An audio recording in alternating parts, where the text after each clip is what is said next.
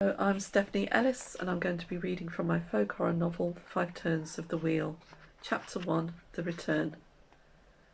Across the cave's floor, 2 other shapes moved. The darkness did not hide them from one another. It was their natural habitat. He could see Betty, huge and bear-like in appearance, but with the eyes of a wolf. Small in comparison was their other brother, Fiddler, a creature no less dangerous despite his more diminutive size. "It's time," said Tommy, stretching out limbs stiff from hibernation. His stomach growled. He was hungry. He stood and walked slowly to the entrance. Across the clearing was another dwelling, the house of Weald, their father. Its entrance was edged in bone, the jaws of some ancient monster. Weald would sleep for a while longer. It was for Tommy and his brothers to lead the return. He breathed in the air cold and crisp. It told him of lengthening nights and the change of the seasons. The villages that lay beyond the border of their Umbran home were waiting. "Will we dance?" asked Fiddler. "Yes," said Tommy. "We will need your music to lead us, and Betty to bring laughter." Betty grinned. "I have a wardrobe ready, and a new dress was made for me before we slept." "Then we are ready," said Tommy. "Time to visit our Weald family, see what mischief they've been up to in our absence. I hope they haven't been getting any ideas." "We'll soon find out," said Fiddler. "They can't hide anything from us, not when they share our blood." "Some can," said Betty, the mothers. Tommy sighed. That state was a continued annoyance. It meant the women could keep secrets from him. The people of Umbra worship Mother Nature, and one of her commandments was the reverence of the status of all who became mothers themselves. It was a nuisance. Weald and his Umbran family demanded blood, and would not let such nicety get in their way. Their father had developed their rituals in apparent reverence of the mother, while subverting it to their own needs. The 3 had never been stopped or punished by her. Tommy regarded this as the same as receiving her blessing. The mother loved her sons. Time for a little reconnaissance. "A rehearsal?" asked Fiddler, picking up his instrument case. The fiddle had been newly strung before they closed their eyes, and his brother was itching to play it as much as Betty wanted to wear his new dress. It wouldn't harm anything to let them off the leash for a while before they returned to the village of Cropso. He would go with them a little way, listen in on the gossip, and then he would leave to walk his own path. It was for Tommy to lead their return and begin the rituals of the dance, the 5 nights, the 5 turns. They walked overgrown tracks, their route imprinted on memory, to the edge of the forest.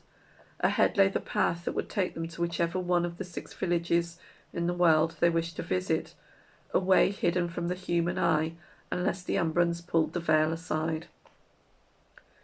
As they walked the path, Tommy sent his mind out across the landscape. He could see into every village, every house, every heart. Not far ahead of the 3, they saw a small group heading towards Fleshing. 2 had fishing rods, and their friends carried blankets and a picnic basket. "All we need to round off a beautiful autumnal day," thought Tommy, "is a bit of entertainment."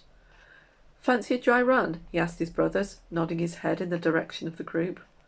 "Why not?" said Fiddler. "Doesn't do to get rusty." Tommy thought of the swords waiting for him in Cropso. Their blades never rusted. That particular dance would have to wait. "Put your dress on, Betty," he said. "We've a performance to give." Betty gave a yelp of delight and pulled his dress from the bag. The 3 walked innocently towards the group. Nothing more than a traditional mummers' troupe. The teller of tales, the player of songs, and the comedian in the woman's dress with a woman's name. For centuries such travelling bands had performed across the British Isles in this manner. These 3 could recount their histories with accuracy. They had been there. It didn't take long. Tommy kept to the 3-act structure for their show, a quick run-through before the main events of the coming days. He was pleased with the result. Fiddler's bow had been sharp, Betty's punchlines a knockout, and Tommy's stories had ended well. They walked back up the road to the river from which their audience had come. It didn't take long to wash the blood off. The taste had heightened their hunger, increased their need to get back to the villages of the Weald. They returned to their original route. Tommy could see Cropso in the distance, waiting for him. "Highridge Farm," said Fiddler, nodding towards a nearby hill. "Shall we take a look?" Tommy nodded. Always worth checking in. Make sure the lesson learned holds. It was late afternoon, and the sun still shone, although it was a cold light. Summer was becoming a distant memory. Trees added a splash of colour, their leaves having turned. They had gone from green to that last glorious palette of reds and golds, yellows and browns. Hedgerows were revealing empty nests and skeletal branches. The three tramped across fields bristling with stubble, the crops long harvested. The soil needed ploughing, nourishing. Tommy could do something about that when the occasion demanded. The world was beautiful. This little pocket of England was theirs, and Tommy intended it would remain so. Their visits ensured the modern world was kept clearly at arm's length. The trio found themselves a position overlooking the farmhouse.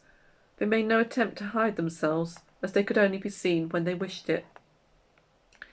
3 men stood outside the house, or rather a man and 2 youths, a father and his sons. There was no mother, not any more. She had become part of the land. Betty started to sway, and Fiddler was humming. "I can hear her," said Betty. "She's still singing." Tommy looked at the nearby hedge. The interwoven branches were not wood, but bone. She protected the land, held it in a maternal embrace. She had died because of the mistakes of her children. They could never forget. He could see by the way anxiety had etched itself on their faces. No doubt they were casting about in their minds for anything they had done wrong this time. Their father steadied them with an arm around each shoulder. "Will we choose him?" asked Betty. "I would like to see him dance." Tommy threw his brother a quick look. The man had no compassion. He was a monster. This father had already given much, or rather his wife had.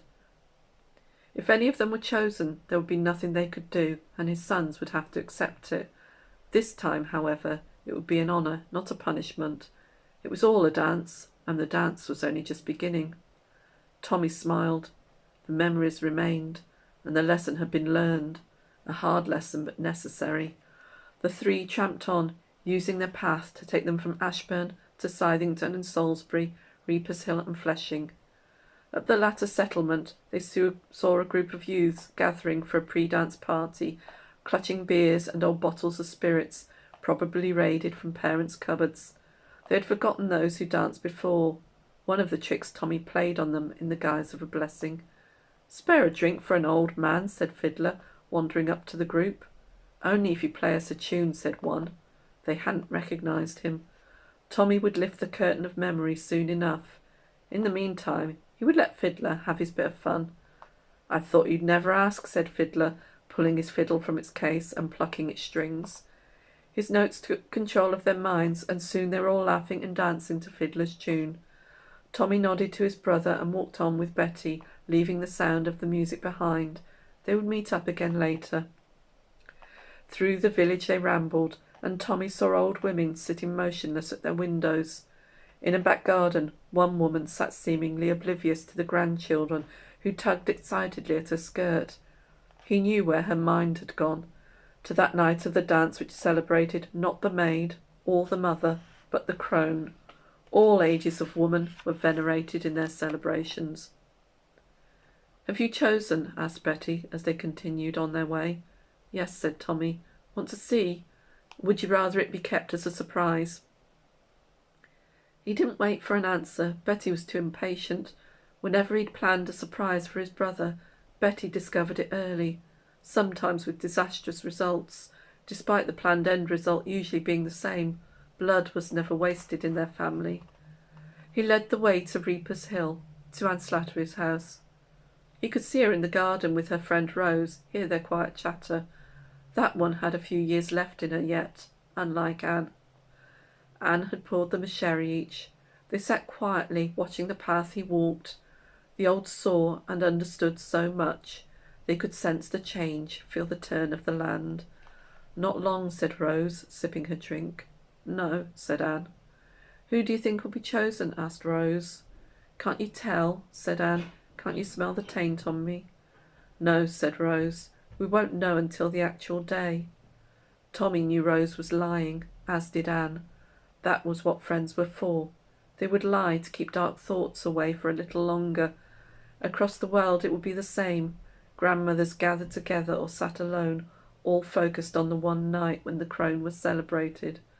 "It is an honour," said Anne. She was right. It was the privilege of the chosen crone to know it was their time. "Yes," said Rose. This time they were both lying, and so was Tommy. It wasn't an honour.